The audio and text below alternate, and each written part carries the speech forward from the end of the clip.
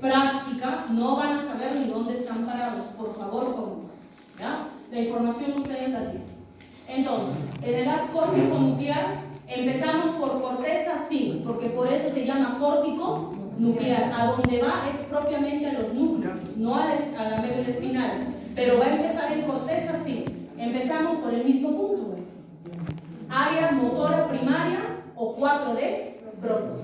¿A qué nivel? A nivel de las células gigantes de pum.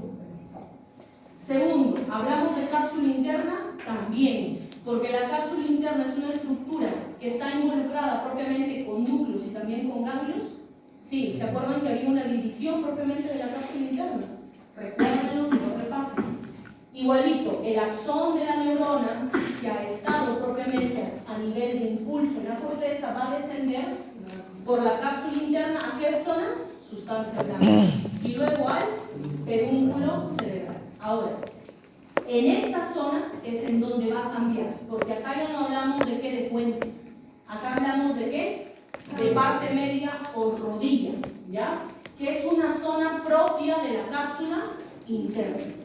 ¿Qué cosa es rodilla? Es una zona de qué? De la cápsula interna. ¿En qué? Estructuralmente, ¿en dónde va a estar a nivel medial? Porque es la parte media de la cápsula interna. Entonces el estímulo continúa su trayecto, va de sustancia blanca, pedúnculo cerebral, ¿a dónde? A la rodilla de la cápsula interna. Luego, ¿qué va a pasar? Va a descender junto con las fibras de ¿qué? De los pares craneales. Mesencéfalo, ¿qué núcleos había? 3 y 4. Protuberancia, 5, 6, 7. Bulbo, 9, 10 y la porción vulvar de qué cosa? Del 11 y del 12. ¿Y la médula que tenía? El 11, ¿verdad? Porque el 11, ¿cómo se llamaba? Espinal. Espinal. Entonces, acá vuelvo a repetir, la importancia de dónde se encuentran los núcleos de los pares craneales, importantísimo. Y eso no les he preguntado una vez, les he preguntado un montón de veces. Esta vía es mucho más sencilla, porque estamos viendo que de cápsula interna, de la zona netamente de la cápsula interna, sustancia gris, va a pasar ¿a dónde? A rodilla. ¿Y de rodilla va a pasar a dónde directamente? A los núcleos. Si yo te digo que va a pasar a núcleos de protuberancia, tú ya tienes que deducir que son los 5, 6, 7, incluso también el 8. Bulbo, 9, 10, ¿verdad? Esto de acá tiene que estar bien establecido para que me sepas la parte funcional. Luego de eso, vamos a ver un ejemplo. Como ya llegó propiamente al núcleo, el núcleo ¿dónde estaba? A nivel de tronco encefálico y a nivel de médula también. La segunda neurona, ¿en qué zona va a empezar? En donde está el origen de cada uno de los nervios craneales. ¿Qué quiere decir? Que si estamos hablando del óptico, estamos hablando de un punto de origen que es el quiasma óptico. En este caso, si hablamos del motor ocular común, que es el par craneal número 3. Número 3. 3. El origen del motor ocular común.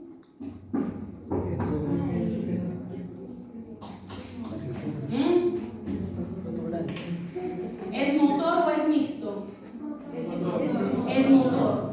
¿Dónde estaban específicamente los motores? Protuberancia. Protuberancia, mesencéfalo, bulbo, mesencéfalo. Entonces, en esa zona yo puedo encontrar el marcaje de la segunda neurona motor.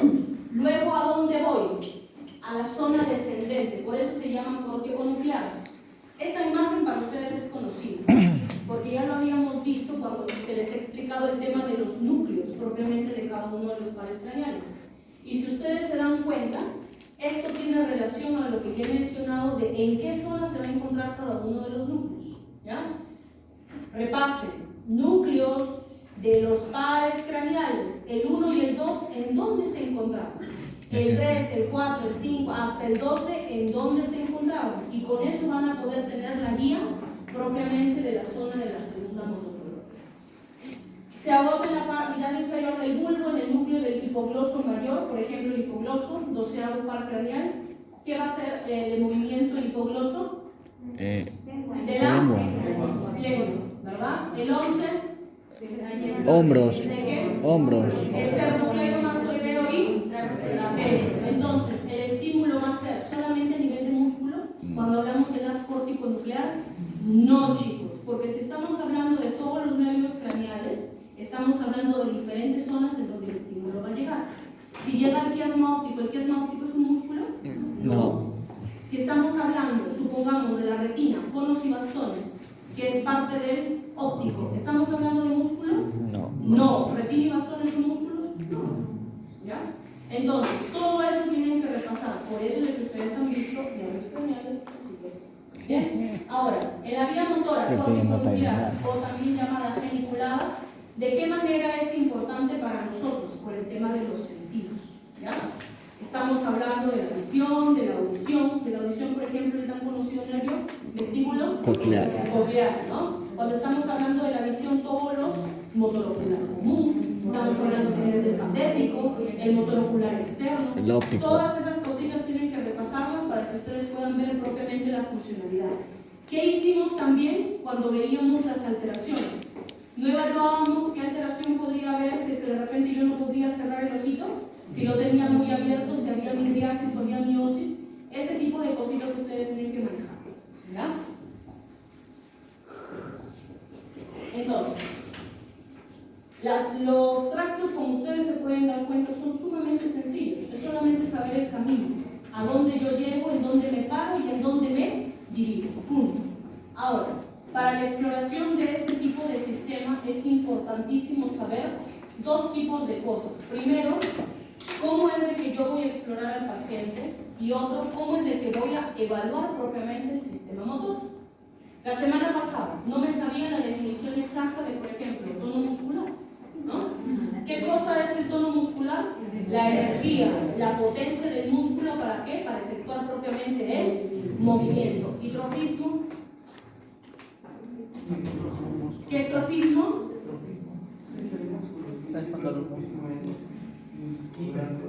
¿No?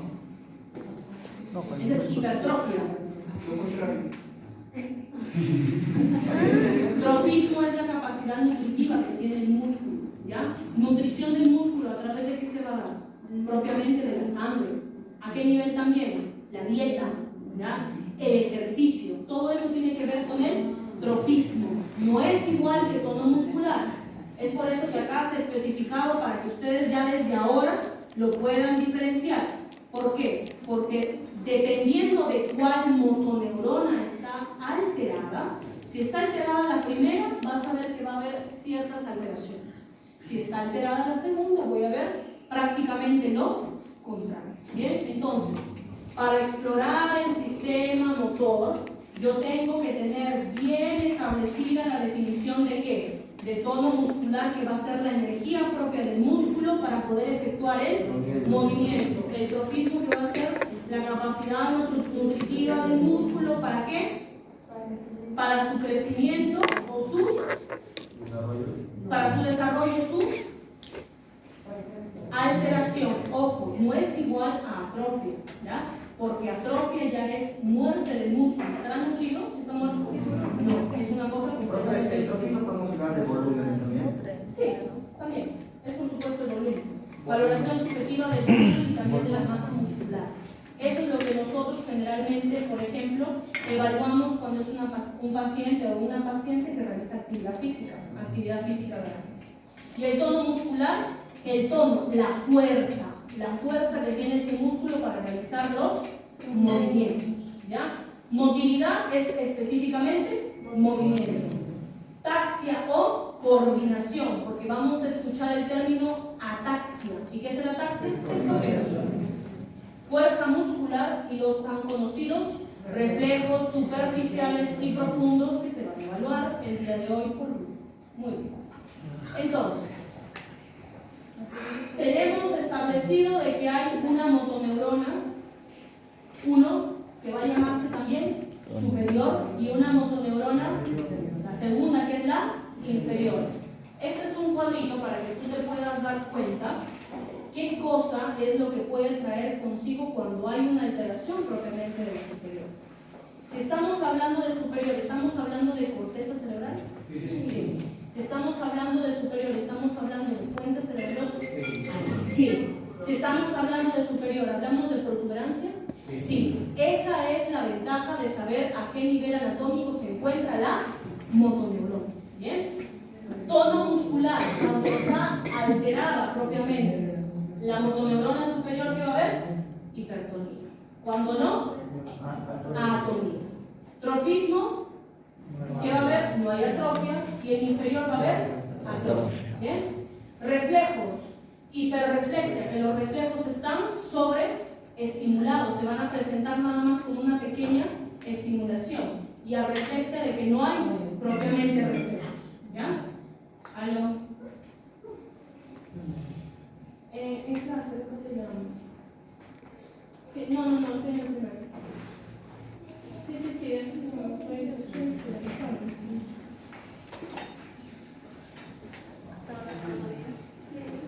No, espérame abajo para poder subir al laboratorio. Yo voy a abajo. Muy bien. Una consulta con respecto a lo que es a las cosquillas, ¿es un tipo de reflejo? Las cosquillas personas que tienen cosquillas es parte de estímulo. Eso son estimulaciones, netamente, porque un reflejo ya es un estímulo que se da a un determinado nivel y es involuntario. En su mayoría es involuntario. Ahora, cuando hablamos de lesiones ¿a qué niveles también? A niveles de todas las partes que hemos estado explicando. Lesión a nivel de la primera neurona, a nivel de la segunda neurona, a nivel de ¿qué? De la decusación, a nivel de ¿qué? De la cápsula interna, de la protuberancia. En todas las zonas en donde pueda haber un daño, ahí voy a ver ciertas características. ¿Bien? Entonces, lo más importante que ustedes tienen que saber es lesión a nivel de la primera neurona y de la segunda neurona. Hablábamos que la lesión de la primera neurona que iba a tener alteración de reflejos, ¿verdad? Uno de los principales reflejos, acá sí podría, por ejemplo, entrar, es el tan conocido reflejo de Babinski, ¿ya? Que se evalúa a nivel netamente del piecito. Eso es lo único que tú me tienes que saber, ¿ya? Y de la segunda motoneurona estamos hablando de alteraciones propiamente musculares, un poco más complejas. ¿Hablamos de qué? De hipotonía. ¿Hablamos de qué más? De areflexia, ¿ya? O sea que no hay alteración de los reflejos. Ese tipo de cositas que ya les mencioné, ¿sí? Lesión de primera neurona, lesión de segunda neurona, que lo van a ver en el grafiquito que les he puesto en la otra lámina. Y ahora, acá está nivel por nivel. ¿Ven lo que les digo? Si hay una lesión a nivel del área motora, ¿podrá hacer el movimiento completo? No, porque ni siquiera inicia propiamente el camino del tracto. Si hay nivel a nivel de la cápsula interna, ¿habrá movimiento? No habrá movimiento, pero sí habrá iniciado el estímulo. ¿Bien? A nivel del mesencéfalo, ojo, nivel del mesencéfalo, nivel de la protuberancia y nivel del bulbo, ¿ya? Que son las tres zonas importantes del tronco en donde va a ver el cambio de primera neurona y segunda neurona. En el mesencéfalo, ¿qué podemos ver, por ejemplo? Una alteración, si hay una alteración del tracto córtico-espinal a nivel del mesencéfalo, yo voy a poder ver, porque en el mesencéfalo a nivel de protuberancia que estaba la decusación, ¿verdad? Entonces, ¿qué voy a poder ver? Alteraciones propiamente cruzadas, como las que pueden ver aquí en la imagen. Hablamos de Weber cuando la alteración propiamente es a nivel medio de todo el cuerpo, ¿bien? Pero medio completo. Cuando hablamos de Kluber, ¿ya? Que es para lo de protuberancia, hablamos de una alteración que podría pasarse también a la otra extremidad. Y cuando hablamos de Jackson, hablamos de las 4 extremidades. Va en caminito, ¿no? ¿Ya, jóvenes? Muy bien, eso es propiamente vía piramidal, ¿ya? Es la más complicada, como les vuelvo a mencionar. La extrapiramidal es la más conocida, ¿por qué? Porque es sencilla y sobre todo porque está relacionada con el tema del parto, ¿ya? Los movimientos que ustedes tanto les llaman la atención, como por ejemplo el temblor, los tics, ¿no? Los tics que las personas con Tourette tienen, eso forma parte de ¿qué cosa? De la vía extrapiramidal. ¿Bien? Entonces, en la vía extrapiramidal estamos viendo, ¿ya? Esto es lo importante. Esta lámina es lo más importante. Así como les dije que en la espinal, de la piramidal, habían 2 tipos de vías, y que las dos tenían una primera neurona y una segunda neurona, acá lo importante es ¿qué cosa? Que sepas que la vía extrapiramidal, ¿qué estructuras va a tener? En la piramidal yo encontraba el núcleo rojo, el cuerpo estriado, la sustancia negra, los núcleos vestibulares que forman parte propiamente de lo que son ganglios también. No. ¿Qué encontraba? Estructuras mucho más grandes. Mesencéfalo, protuberancia, bulbo raquídeo. Acá no. ¿Ya? Acá principalmente ¿qué encuentro? Núcleos. ¿Ya? ¿Qué núcleos? ¿Los núcleos de los pares craneales? No. Son los núcleos propiamente del tálamo, de la corteza, del cerebelo, del hipotálamo y de la médula espinal. Directo. No hay mucha ciencia. ¿Bien? Entonces, la vía extrapiramidal es importante porque me va a ayudar al mantenimiento. ¿Será del tono? ¿Será del trofismo? ¿Será de los reflejos? No. ¿De qué? De la postura y del equilibrio. ¿Bien? Y también de los movimientos voluntarios, pero en una menor cantidad. ¿Bien?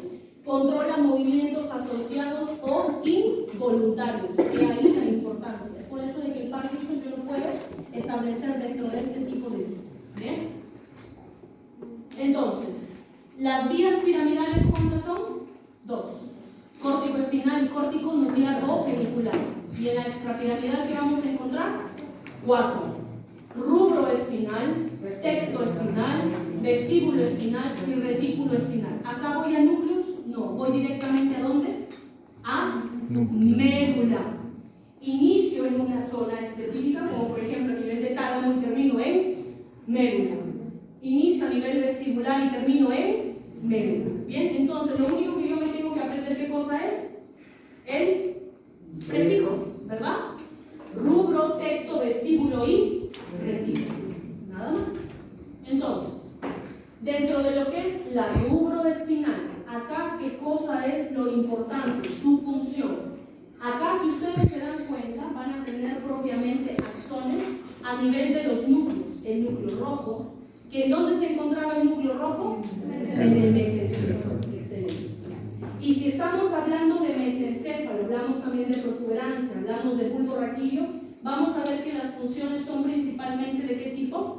Excitatorios. Los neurotransmisores que hoy día van a exponer, ¿a qué nivel se encuentran? ¿Los orígenes a qué niveles son? ¿A nivel de hipotálamo hipófisis o no? Sí. La gran mayoría. ¿Y qué estructura estaba involucrada en la parte netamente extrapiramidal? El hipotálamo. ¿Ya? Entonces, ese tipo de orientación son lo que ustedes tienen que ver. ¿Bien? Entonces, en la vía rubro espinal vemos que va a llegar hasta la asta gris de la médula espinal. Ustedes ya saben cuáles son las astas. Una asta anterior, una asta posterior. Hablamos también de los tan conocidos cordones. Pero las ubicaciones varían en qué sentido, de que todo me va a llevar a la parte espinal. ¿Acá hablamos de motoneuronas? No. Otra diferencia. ¿Ya? Y la función principal de la rubro espinal, ¿cuál va a ser? Músculos flexores de los miembros y excitación a nivel de lo que son neuronas motoras de los músculos. Cuando hablamos de la tectoespinal, tectum, ¿dónde estaba? Mesencéfalo. Era una parte propiamente del mesencéfalo, ¿verdad? Importancia de que ustedes me repasen las estructuras anatómicas. ¿Bien? ¿Cuál va a ser la función? Movimientos, reflejos. ¿En respuesta a qué? A estímulos visuales. ¿Puede pasar una caída, por ejemplo, Una caída, no. El tema de descoordinación sería, no la caída del no. La lucecita yo la aplicaba en qué tipo de evaluación. No, de nervios craneales. ¿Y nervios craneales están en extrapiramidal? No. Por ahí nada más el razonamiento malo. Tienen que saber guiarlo. Si yo hablo de los tan conocidos movimientos, cuando yo les decía del diapasón, por ejemplo, cuando había un chillido y demás, ¿para qué era para él? Vestíbulo nuclear. Es nervio craneal, ¿no es cierto? ¿Nervio craneal es extrapiramidal? Entonces, el sentido común lo tienen que aplicar para que ustedes me puedan ubicar los ciertos. ¿Ya? El reflejo visual es netamente para vía piramidal. No es para eso, es estímulo, netamente estímulo. Yo tengo el estímulo visual y yo genero propiamente el movimiento. ¿Ya? En el caso del retículo espinal, ¿de qué tipo de alteración estamos hablando? Bueno, ¿de qué tipo de función? De la actividad refleja y sobre todo del tono muscular.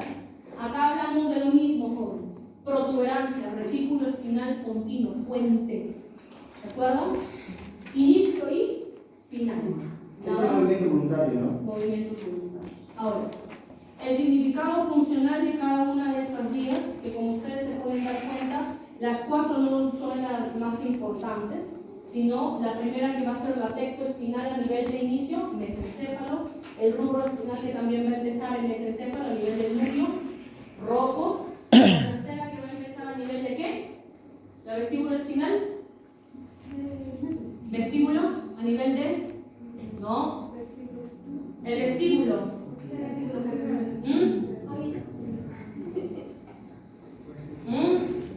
¿Quién tenía que ver con la coordinación? El cerebelo. ¿Ah? ¿Y el retículo espinal que tenía que ver con qué? Con el retículo espinal pino que estaba en donde la protuberancia. Muy bien. Entonces, la importancia de esta vía, ¿ya? Es porque para la expresión del rostro, para el movimiento propiamente del rostro, para hablar, para caminar, para jugar, para bailar, ¿ya? Sobre todo de la vía piramidal. ¿Bien? Entonces, en la alteración de la vía extrapiramidal encontramos qué cosas. Hemos hablado de tono, sí, pero ¿cómo? Hemos hablado de movimientos coordinados y no coordinados, sí. Hemos hablado de equilibrio, también. Entonces, las alteraciones del tono, de los movimientos involuntarios y del equilibrio van a ser las versiones que yo voy a hablar. ¿Bien? En relación al cerebro, exacto.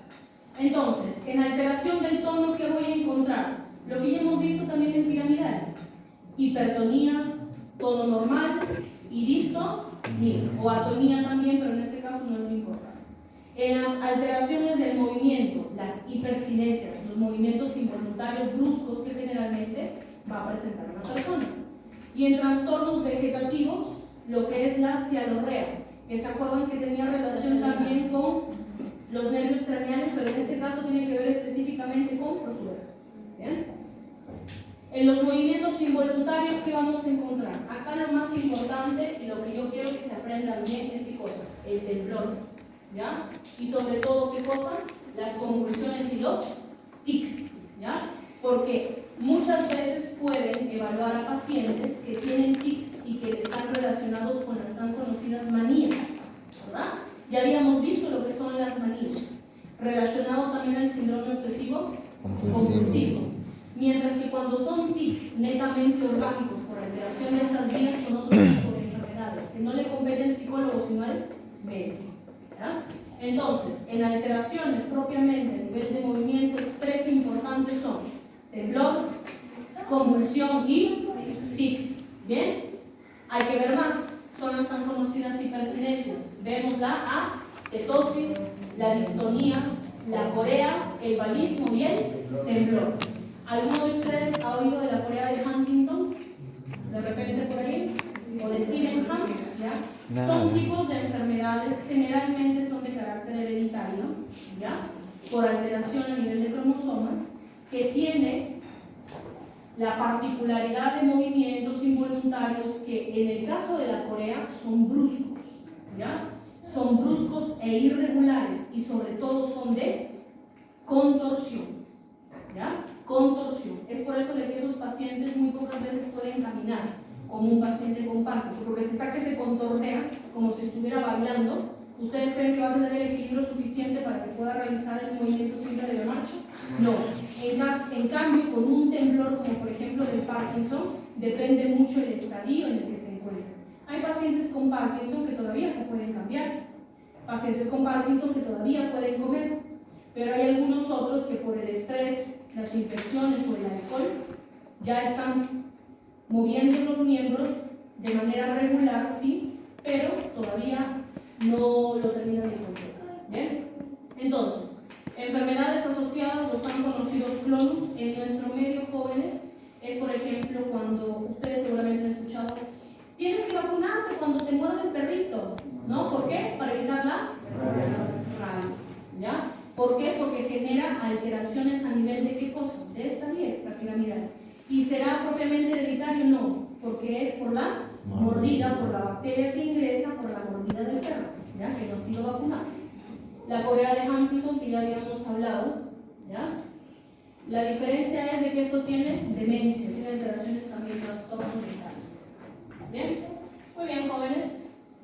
Con respecto a lo que es vías motoras, eso vendría a ser el resumen, ¿ya? Ahorita el grupo número 2 va a pasar a la práctica de arriba. Vamos a iniciar hoy día con ellos, ¿ya?